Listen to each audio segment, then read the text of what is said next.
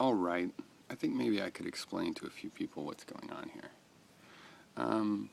All right, so in Western philosophy, there's this urge to find first principles, first causes, first principles, to use reduction and all kinds of analytic reason to find such a source idea. And I'm essentially against that kind of thing. Like, there's infinite ideas in this idea that they want to go back and find the starting point so they don't have to go any further. It doesn't appeal to me. But there's this grain of truth in it, in analytics, in logic of all kind.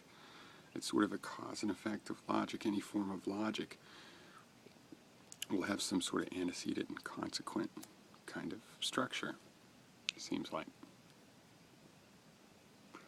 So the thing is, though, that's why I think I have this discovery. We can go back to I see, therefore I am. We can go back to perceptions. That I have perceptions. That's the first cause of all of our thoughts, all of our subsequent thoughts.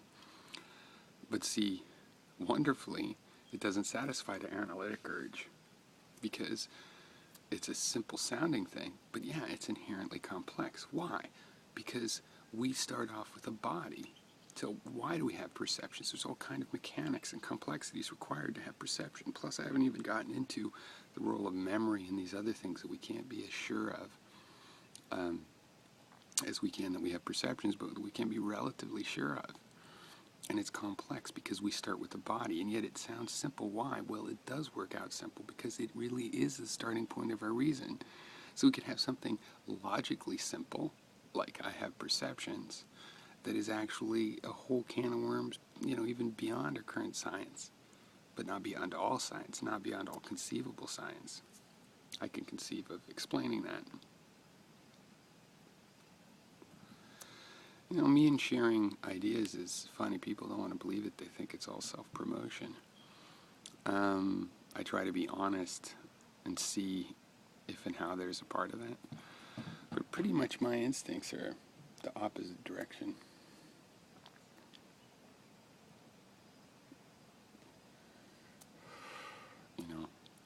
I don't want to share my best knowledge,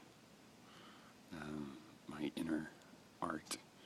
I'm very hesitant to share these things because knowledge is power. I wouldn't want to accidentally give you power you weren't ready for or something.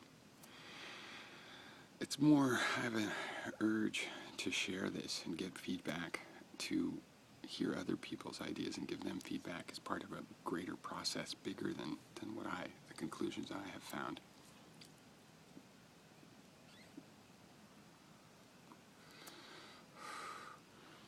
But, that's my ulterior motive, is to get people to see this. Why? Because when you start saying all of your knowledge of existence comes from this one truth, then everything has to go back to it, and everything you say has to go back to something you've seen.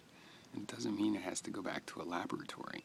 It just means it has to go back to something you see. You see ghosts every day? Okay, then that counts. But let's see if you can show me them every day. That counts too. All right, cheers.